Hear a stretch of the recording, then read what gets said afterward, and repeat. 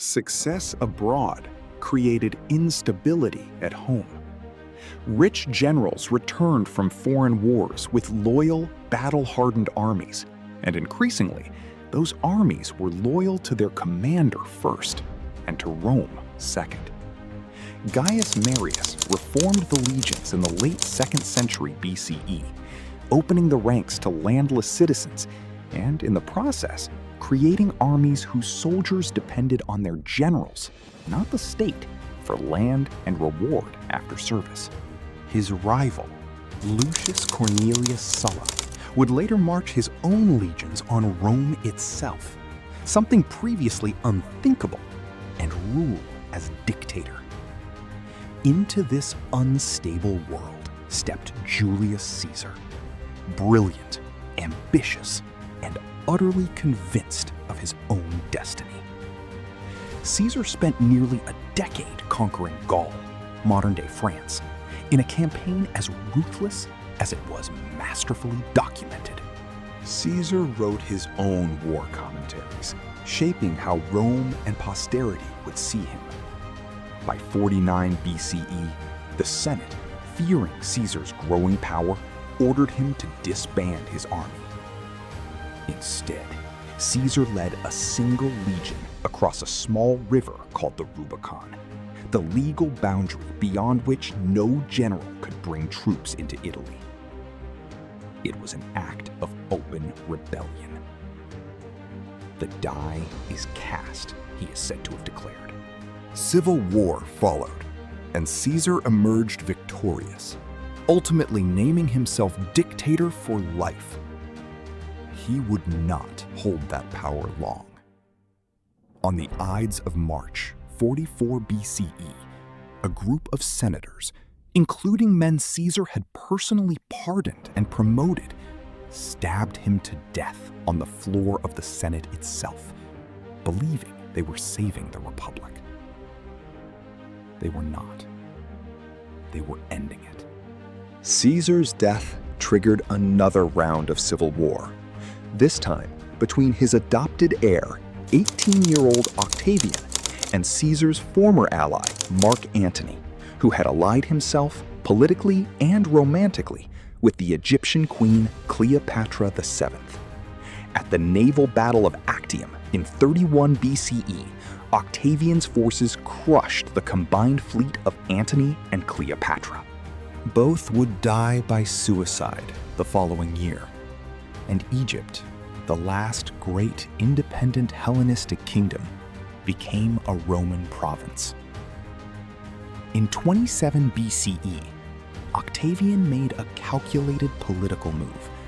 He formally restored power to the Senate and Roman people, while simultaneously accepting new titles, powers, and the honorific name Augustus, the revered one.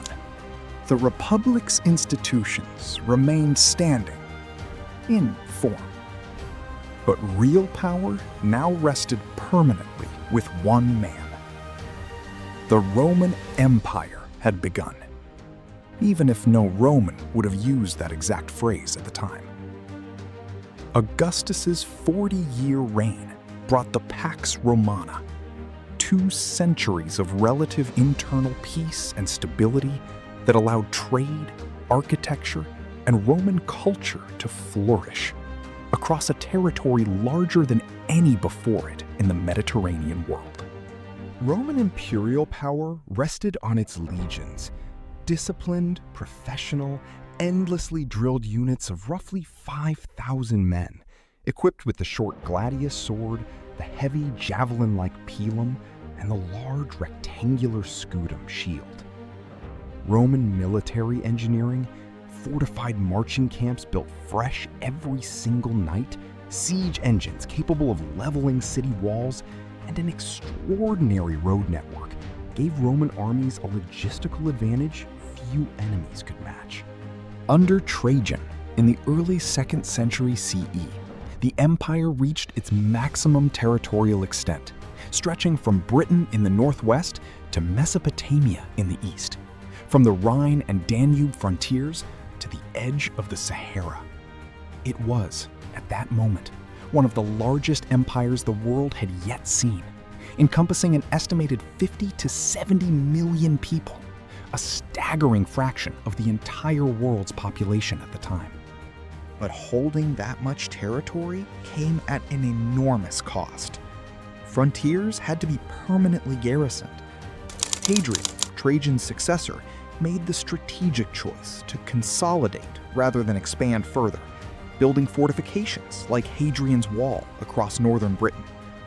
A physical 73-mile statement that even Rome had limits.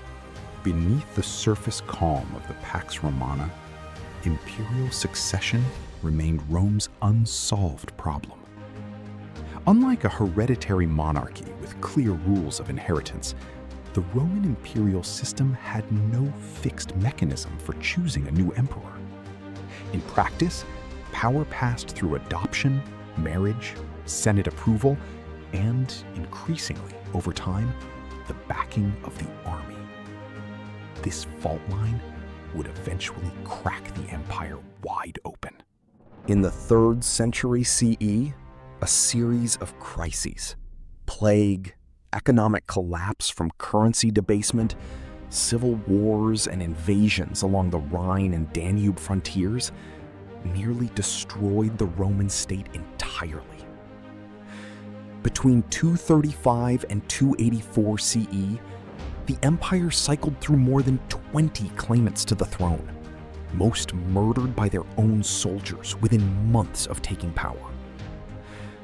Historians call this the crisis of the 3rd century, and Rome came remarkably close to permanent fragmentation.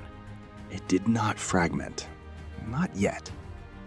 The Emperor Diocletian, taking power in 284 CE, radically reorganized the state, splitting administrative control between 4 co-rulers in a system called the Tetrarchy, reforming taxation and expanding the bureaucracy.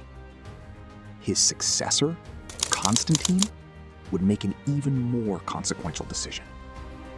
In 313 CE, with the Edict of Milan, he legalized Christianity, a once persecuted minority faith that would within a century become the empire's official religion.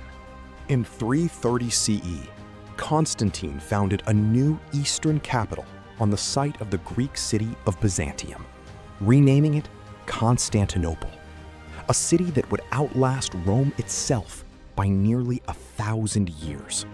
Behind the emperors and the battles was an ordinary Roman world of remarkable sophistication.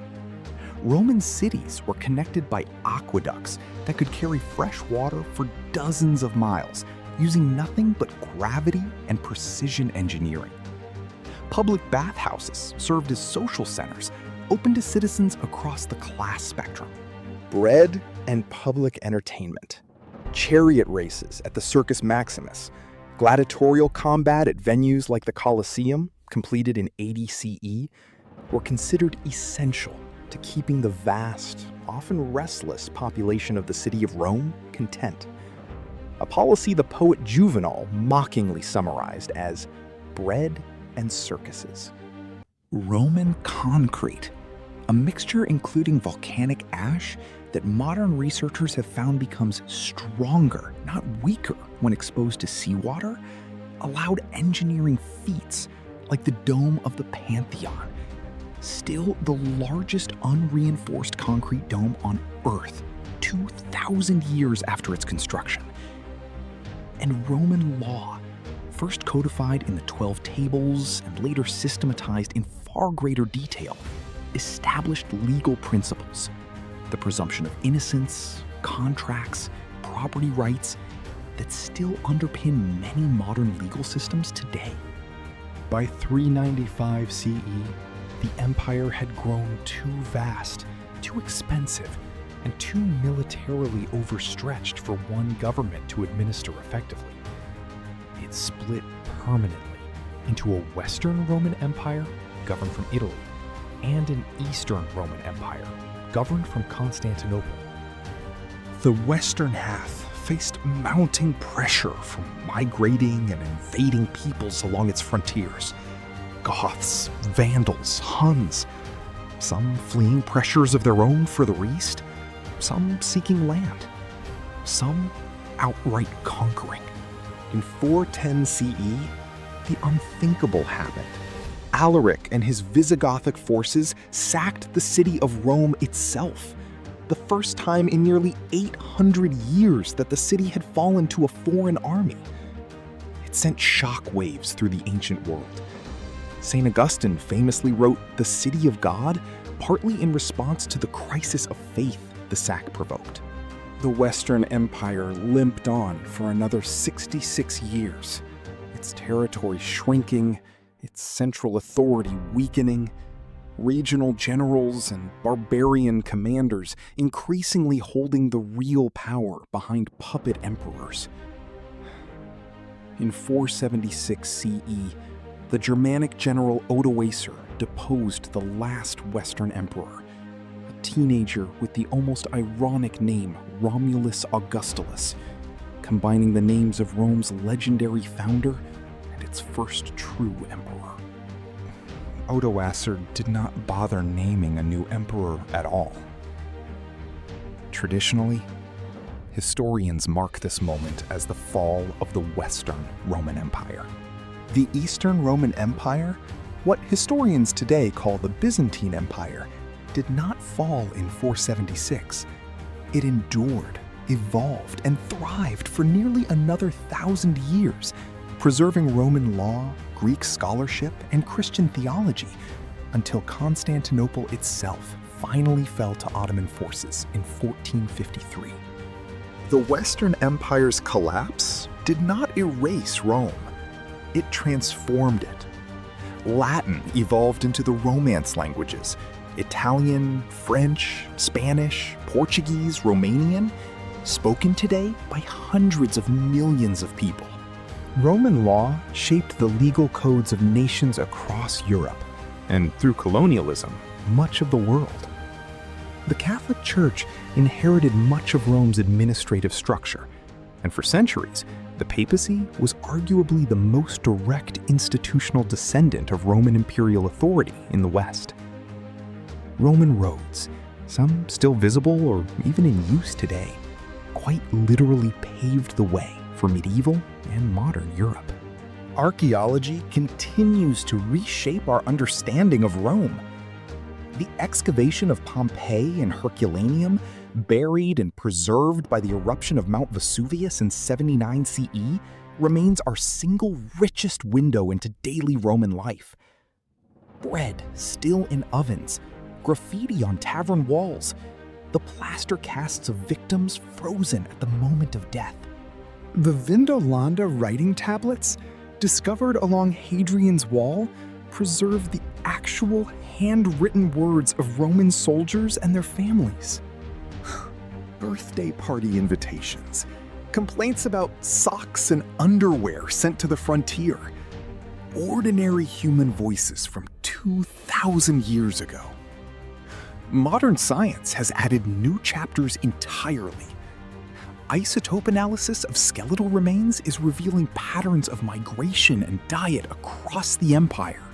Climate and ice core data have given rise to new scholarly theories, connecting a shift toward a colder, more volatile climate and devastating pandemics like the Antonine Plague and the later Justinianic Plague to the pressures that helped destabilize the later empire.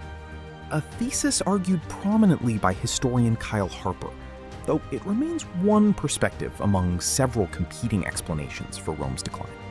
Rome did not fall in a single day, and in a very real sense, it never fully vanished at all. It persists in the words we speak, the laws we live under, the calendars we follow, the roads beneath our highways, and the architecture of nearly every government building on Earth. An empire that began as a cluster of shepherds' huts on a muddy Italian hillside grew to command a third of humanity. And then, over centuries, dissolved back into the nations, languages, and institutions of the world it had built. Rome's true legacy is not the empire itself. It is everything that came after. Built, whether we recognize it or not, on Roman foundations.